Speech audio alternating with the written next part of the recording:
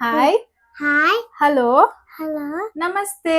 Namaste. Welcome to ನೀನು welcome to Sushma creatives and blogs. ಎಲ್ಲರೂ ಚೆನ್ನಾಗಿದ್ದೀರಾ ಅಂತ. ಸೊ ಲಿಶಾ, ನಾವ್ ಇವಾಗ ಏನ್ ಮಾಡ್ತಾ ಇರೋದು? Ice cream, chocolate ice cream. ಏನೇನ್ ಬೇಕು ಚಾಕ್ಲೇಟ್ ಐಸ್ ಕ್ರೀಮ್ಗೆ? ತೋರಿಸ್ತೀಯ? ಚಾಕ್ಲೇಟ್. ತೋರ್ಸಿಂಗೆ. ಚಾಕ್ಲೇಟ್. ಆಮೇಲೆ ಕ್ರೀಮ್. ಆಮೇಲೆ ಇದು ಮಿಲ್ಕ್ ಮೇಡ್. Milk made. ಆಮೇಲೆ ಅದು ಇದು ವಿಪ್ಪಿಂಗ್ ಮಿಷಿನ್. ಆಮೇಲೆ ಇದೇನಿದು? Chocolate powder. Cocoa powder. So start ಮಾಡೋಣ.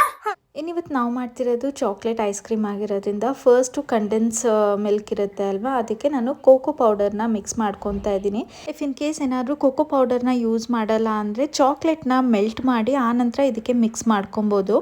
ನಾನಿಲ್ಲಿ 1 ಕಪ್ ಆಗೋಷ್ಟು ಕಂಡೆನ್ಸ್ ಮಿಲ್ಕ್ನ ತೊಗೊಂಡಿದ್ದೀನಿ. ಮೋಸ್ಟ್ಲಿ 250 ಗ್ರಾಮ್ಸ್ ಅನಿಸುತ್ತೆ. ಅದಕ್ಕೆ ಒಂದು 2 ಸ್ಪೂನ್ ಆಗೋಷ್ಟು ನಾನು ಕೋಕೋ ಪೌಡರ್ನ ಮಿಕ್ಸ್ ಮಾಡ್ಕೊತಾ ಇದ್ದೀನಿ. ನಿಮ್ಗೆ ಎಷ್ಟು ಚಾಕ್ಲೇಟ್ ಫ್ಲೇವರ್ ಬೇಕೋ ಅಷ್ಟು ಹಾಕೊಬೋದು. ಕಮ್ಮಿ ಬೇಕು ಅಂದರೆ ಕಮ್ಮಿನೂ ಕೂಡ ಹಾಕೊಬೋದು. ಅದನ್ನು ನೀಟಾಗಿ ಮಿಕ್ಸ್ ಮಾಡಿ ಆನಂತರ ನಾನಿಲ್ಲಿ ಕ್ರೀಮ್ನ ವಿಪ್ ಮಾಡೋದಕ್ಕೆ ರೆಡಿ ಮಾಡ್ಕೊತಾ ಇದ್ದೀನಿ. ಎಕ್ಸಸ್ ಅದರಲ್ಲಿ ಮಿಲ್ಕ್ ಇರುತ್ತೆ ಅಲ್ವಾ, ಅದನ್ನೆಲ್ಲ ನಾನೇನು ಯೂಸ್ ಮಾಡೋದಕ್ಕೆ ಹೋಗ್ತಾಯಿಲ್ಲ. ಬಿಕಾಸ್ ನಾನು ಲಾಸ್ಟ್ ಟೈಮ್ ಅದನ್ನು ಯೂಸ್ ಮಾಡಿದಾಗ ಕ್ರೀಮ್ ಕನ್ಸಿಸ್ಟೆನ್ಸಿ ಬರೋದಕ್ಕೆ ತುಂಬಾ ಟೈಮ್ ತೊಗೊಂತು. ಆಮೇಲೆ ಅದನ್ನು ಫ್ರೀಝರಿಗೆ ಇಟ್ಟಾಗ ಒಂಥರ ಐಸ್ ಫಾರ್ಮೇಷನ್ ಥರ ಆಗುತ್ತೆ. ಸೊ ಹಾಗಾಗಿ ಈ ಸರಿ ನಾನು ಏನು ಮಾಡಿದೆ ಅಂದರೆ ಎಕ್ಸಸ್ ಮಿಲ್ಕ್ನೆಲ್ಲ ನಾನು ಯೂಸ್ ಮಾಡೋದಕ್ಕೆ ಹೋಗಲಿಲ್ಲ. ಇನ್ನು ವಿಪ್ಪಿಂಗ್ ಮಿಷಿನಲ್ಲಿ ನೀಟಾಗಿ ಈ ರೀತಿ ವಿಪ್ ಮಾಡಿಕೊಂಡ್ರೆ ಆರಾಮಾಗಿ ಒಂದು 5 to 10 ಮಿನಿಟ್ಸ್ ಒಳಗೆ ಕ್ರೀಮ್ ರೆಡಿಯಾಗಿ ಹೋಗ್ಬಿಡುತ್ತೆ.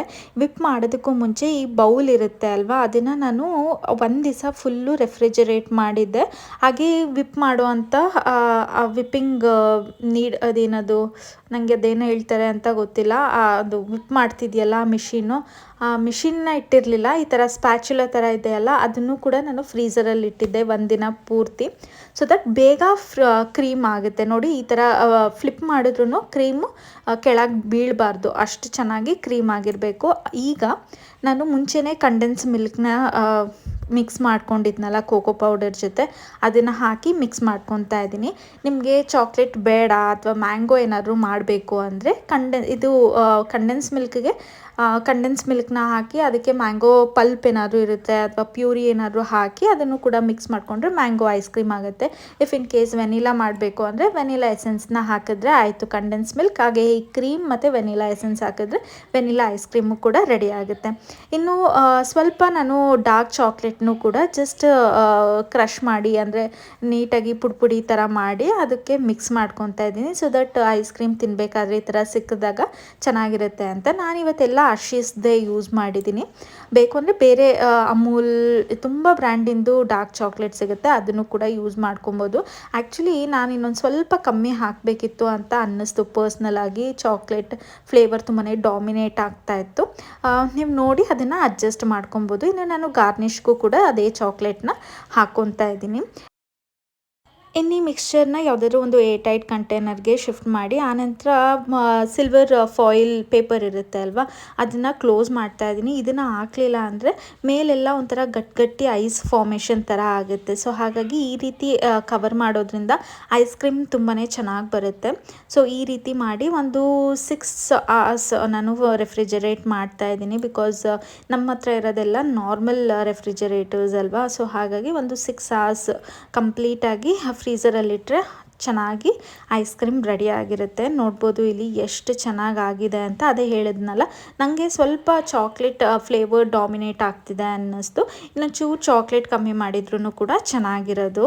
ಇನ್ನು ಕ್ರೀಮ್ ಕನ್ಸಿಸ್ಟೆನ್ಸಿನೂ ನೋಡ್ಬೋದು. ನಾವು ಹೇಗೆ ಈಚೆಯಿಂದ ತರ್ತೀವಲ್ಲ ಐಸ್ ಕ್ರೀಮು ಅದೇ ಥರನೇ ಇತ್ತು. ಏನಕ್ಕೆ ಈ ಥರ ಇದೆ ಅಂದರೆ ನಾವು ವಿಪ್ನ ಕರೆಕ್ಟಾಗಿ ಮಾಡ್ಕೊಂಡಿದ್ದೀವಿ. ನಾನು ಫ್ಲಿಪ್ ಮಾಡಿ ತೋರಿಸ್ದೆ ಅಲ್ವಾ, ಆ ಕನ್ಸಿಸ್ಟೆನ್ಸಿ ಬರೋವರೆಗೂ ನಾವು ಕ್ರೀಮ್ನ ವಿಪ್ ಮಾಡಿದ್ರೆ ಈ ಥರ ಚೆನ್ನಾಗಿ ಬರುತ್ತೆ. ಇಲ್ಲಾಂದರೆ ಐಸ್ ಥರ ಆಗಿಬಿಟ್ಟಿರುತ್ತೆ, ಅದಷ್ಟು ಟೇಸ್ಟು ಕೂಡ ಇರಲ್ಲ.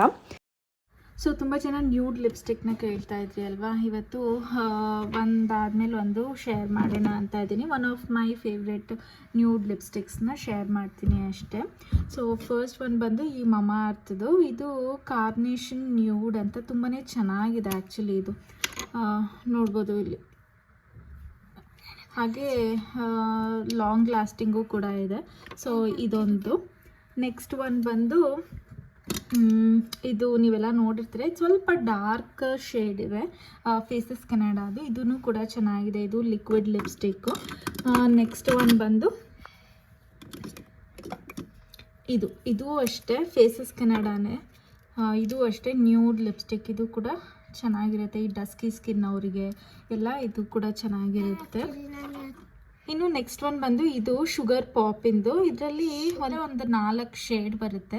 ಸೊ ದಟ್ ಏನಾದರೂ ಎಲ್ಲರೂ ಹೋಗಬೇಕು, ಟ್ರಾವೆಲ್ ಮಾಡಬೇಕು ಅಂದಾಗ ಇದೊಂದು ತೊಗೊಂಡೋದ್ರೆ ಸಾಕು, ಯಾಕಂದರೆ ಇದರಲ್ಲೇ ಬೇರೆ ಬೇರೆ ಶೇಡ್ ಇರೋದ್ರಿಂದ ಆರಾಮಾಗಿ ಇದನ್ನು ವೇರ್ ಮಾಡ್ಬೋದು.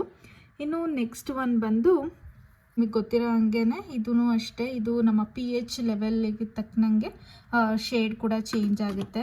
ಇದು ರೆನೆದಿದು. ಇನ್ನು ನೆಕ್ಸ್ಟ್ ಒನ್ ಬಂದು ಈ ಗ್ಲಾಸ್ನ ವೇರ್ ಮಾಡ್ತೀನಿ ನಾನು ಯಾವಾಗಾದರೂ ನ್ಯೂಡ್ ಲಿಪ್ಸ್ಟಿಕ್ನ ವೇರ್ ಮಾಡಿದಾಗ.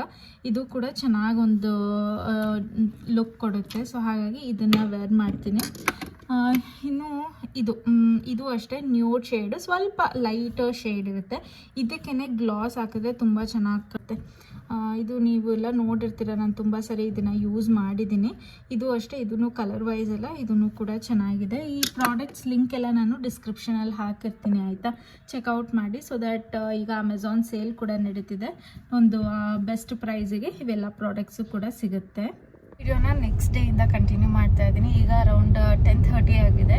ಶರಣ್ ಲಾಗಿನ್ ಆಗಿದ್ದಾರೆ, ವರ್ಕ್ ಫ್ರಮ್ ಹೋಮ್ ಮಾಡ್ತಿದ್ದಾರೆ. ಸೊ ಹಾಗಾಗಿ ಡಿ-ಮಾರ್ಟ್ಗೆ ಹೋಗಿ ಬಂದುಬಿಡೋಣ ಅಂತ. ಇನ್ನು ನಾಳೆ ನಾಡಿದ್ದೆಲ್ಲ ತುಂಬಾ ರಶ್ ಇರುತ್ತೆ, ವೀಕೆಂಡು ಮತ್ತು ದೀಪಾವಳಿಗೆಲ್ಲ ತೊಗೊಳೋದಕ್ಕೆ ಬಂದಿರ್ತಾರೆ ಅಲ್ವಾ. ನಾವು ಮೇಯ್ನಾಗಿ ಹೋಗ್ತಿರೋದು ದೀಪಾವಳಿಗೆ ದಿಯಾಸ್ ಎಲ್ಲ ನೋಡ್ಕೊಂಬರೋಣ ಅಂತ. ಇಫ್ ಇನ್ ಕೇಸ್ ಏನಾದರೂ ಚೆನ್ನಾಗಿರೋ ಕಲೆಕ್ಷನ್ ಇದ್ದರೆ ತೊಗೊಳೋಣ ಅಂತ. ಆ್ಯಕ್ಚುಲಿ ಲಾಸ್ಟ್ ಇಯರ್ ಏನೂ ಅಷ್ಟು ಇರಲಿಲ್ಲ, ಅದು ಲಾಸ್ಟ್ ಇಯರ್ ಅಲ್ವಾ ನಾವು ತೊಗೊಂಬಂದಿದ್ದೆಲ್ಲ, ಆದರೂ ಲಾಸ್ಟ್ ಇಯರ್ ತಂದಿದ್ದೇನೆ. ಲಾಸ್ಟ್ ಇಯರು ಆಯಿತು, ಬಟ್ ಈ ಸರಿ ಹೇಗಿದೆ ಕಲೆಕ್ಷನ್ಸ್ ಅಂತ ನೋಡ್ಕೊಂಬರೋಣ. ಏನಾದರೂ ಡಿಫ್ರೆಂಟಾಗಿದೆ, ಚೆನ್ನಾಗಿದ್ದರೆ ತೊಗೊಂಬರೋಣ ಅಂತ. ಹಾಗೆ ಕ್ಯಾಂಡಲ್ಸ್ ಎಲ್ಲ ತರಬೇಕಲ್ಲ, ಅದಕ್ಕೇ ಹೋಗ್ತಾ ಇದ್ದೀವಿ. ಈಗ ಬೇಗ ಹೋಗಿ ಬೇಗ ಬರಬೇಕು ಲಿಶು ಸ್ಕೂಲಿಂದ ಬರೋ ಅಷ್ಟರಲ್ಲಿ. ಸೊ ಅಯ್ಯೋ ಆಜ್ಮೂಲ ನುಂಗ್ಕೊಂಬಿಟ್ಟೆ. ನೀರು ಕುಡಿ, ಗಂಟ್ಲು ಸಿಗಾಕೊಂತ. ಸಣ್ಣದಾಗಿ ನಂಗೆ ಹೊಟ್ಟೆ ಹೋಯ್ತು ಗಂಟ್ಲೊಳಗಡೆ. ಅಲ್ಲ ಉಸಿರು ಕಟ್ತಿಲ್ಲ ತಾನೆ? ಇಲ್ಲ ಇಲ್ಲ, ನುಂಗ್ಕೊಂಡ್ಬಿಟ್ಟಿದ್ದೀನಿ ಮಾತ್ರೆ ಥರ ಸೊ ಹೇಗಿದೆ ಕಲೆಕ್ಷನ್ಸ್ ಅನ್ನೋದು ಕೂಡ ನಾನು ಈ ವಿಡಿಯೋದಲ್ಲಿ ಶೇರ್ ಮಾಡ್ತೀನಿ. ಬನ್ನಿ ವಿಡಿಯೋನ ಸ್ಟಾರ್ಟ್ ಮಾಡೋಣ. ಆ್ಯಕ್ಚುಲಿ ಅಲ್ಲಿ ನನಗೆ ವೀಡಿಯೋಸ್ನ ಮಾಡೋದಕ್ಕೆ ಬಿಡಲಿಲ್ಲ, ವಿಡಿಯೋ ತೆಗಿಯಂಗಿಲ್ವಂತೆ ಇವಾಗ ಡಿ-ಮಾರ್ಟಲ್ಲಿ. ಸೊ ಹಾಗಾಗಿ ಯಾವುದೇ ಥರ ವೀಡಿಯೋನ ತೊಗೊಳೋದಕ್ಕಾಗಲಿಲ್ಲ. ಹಾಗೆ ಯಾವುದೇ ಥರ ಎಕ್ಸ್ಟ್ರಾ ಕಲೆಕ್ಷನ್ ಅಂತ ಏನೂ ಕೂಡ ಇರಲಿಲ್ಲ. ಇನ್ಫ್ಯಾಕ್ಟ್ ಫಸ್ಟ್ ಟೈಮಲ್ಲೇ, ಅಂದರೆ ಹೋದ ವರ್ಷ ಅಲ್ಲ, ಆದರೂ ಹೋದ ವರ್ಷನೇ ತುಂಬಾ ಚೆನ್ನಾಗಿತ್ತು. ಈ ಸರಿ ಏನು ಅಷ್ಟೊಂದು ಇರಲಿಲ್ಲ. ಒಂದು ದಿಯಾ ಏನೋ ಇತ್ತು, ಅದನ್ನು ಆಲ್ರೆಡಿ ನಾನು ಆನ್ಲೈನಲ್ಲಿ ತರಿಸಿದ್ದೀನಿ ಅಲ್ವಾ. ಸೊ ಹಾಗಾಗಿ ಅದನ್ನು ಕೂಡ ಏನೂ ತೊಗೊಳ್ಲಿಲ್ಲ. ಇನ್ನು ಸ್ವಲ್ಪ ಮನೆಗೆ ಬೇಕಾಗಿರೋವಂಥ ಐಟಮ್ಸ್ನ ಪರ್ಚೇಸ್ ಮಾಡಿದ್ವಿ ಅಷ್ಟೇ. ಸೊ ಸ್ವಲ್ಪ ಇನ್ನೇನು ತೊಗೊಂಡೆ ಅಂದರೆ ಸೋಫಾ ಕವರ್ ಬೇಕಾಗಿತ್ತು, ಸೊ ಅದನ್ನು ಕೂಡ ಪರ್ಚೇಸ್ ಮಾಡಿದೆ. ಇದಿಷ್ಟೇ ಪರ್ಚೇಸ್ ಮಾಡಿರೋದು. ಹೋಪ್ ನಿಮಗೆ ಈ ವಿಡಿಯೋ ಇಷ್ಟ ಆಗಿದೆ ಅಂದ್ಕೊತೀನಿ. ವಿಡಿಯೋ ಇಷ್ಟ ಆಗಿದ್ರೆ ಪ್ಲೀಸ್ ಲೈಕ್ ಮಾಡಿ, ಶೇರ್ ಮಾಡಿ, ಸಬ್ಸ್ಕ್ರೈಬ್ ಮಾಡಿ. Thank you for watching. Bye.